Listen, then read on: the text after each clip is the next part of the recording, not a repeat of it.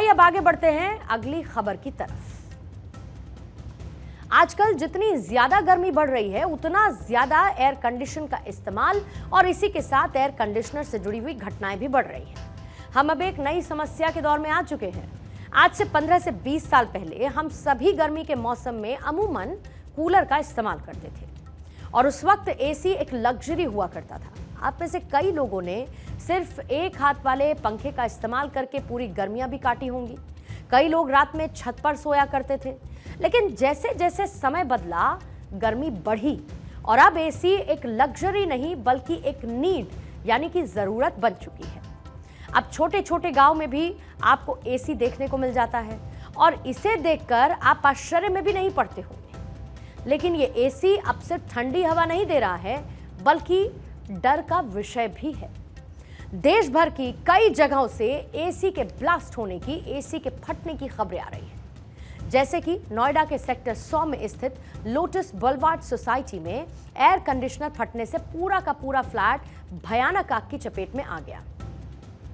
Lotus boulevard. और इसी तरीके से 27 मई को मुंबई के बोरीवली वेस्ट के एक फ्लैट में आग से पूरा का पूरा फ्लैट जलकर राख हो गया।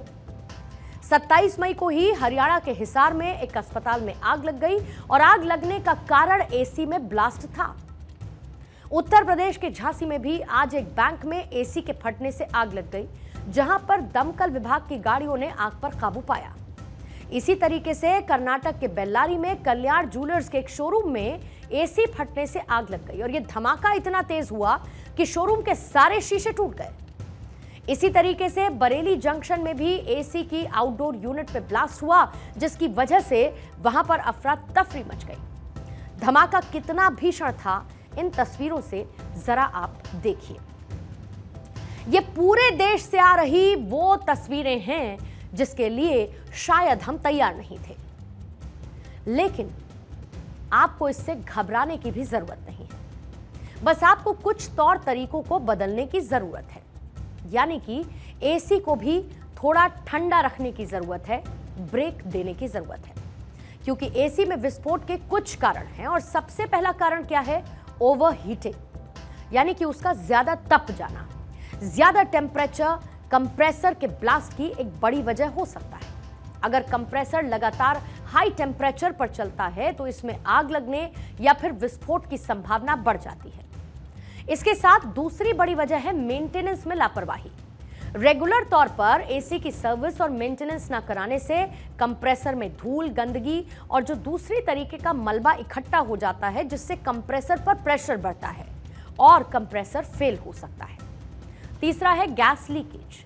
कंप्रेसर में रेफ्रिजरेटेड गैस का लीकेज होना भी उसकी ब्लास्ट की वजह है।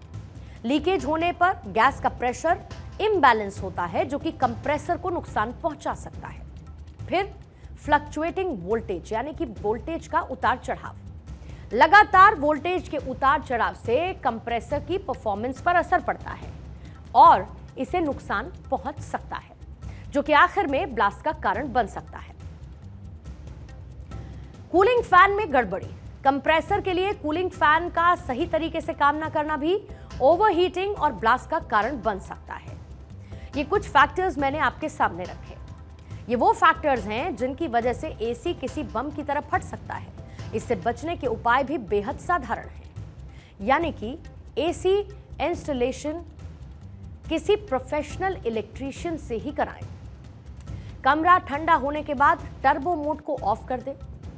नॉर्मल स्पीड में एसी चलाएं, वरना कंप्रेसर पर लोड पड़ता है। बीच बीच में इलेक्ट्रिकल सेफ्टी की जांच आप जरूर करवाते रहें।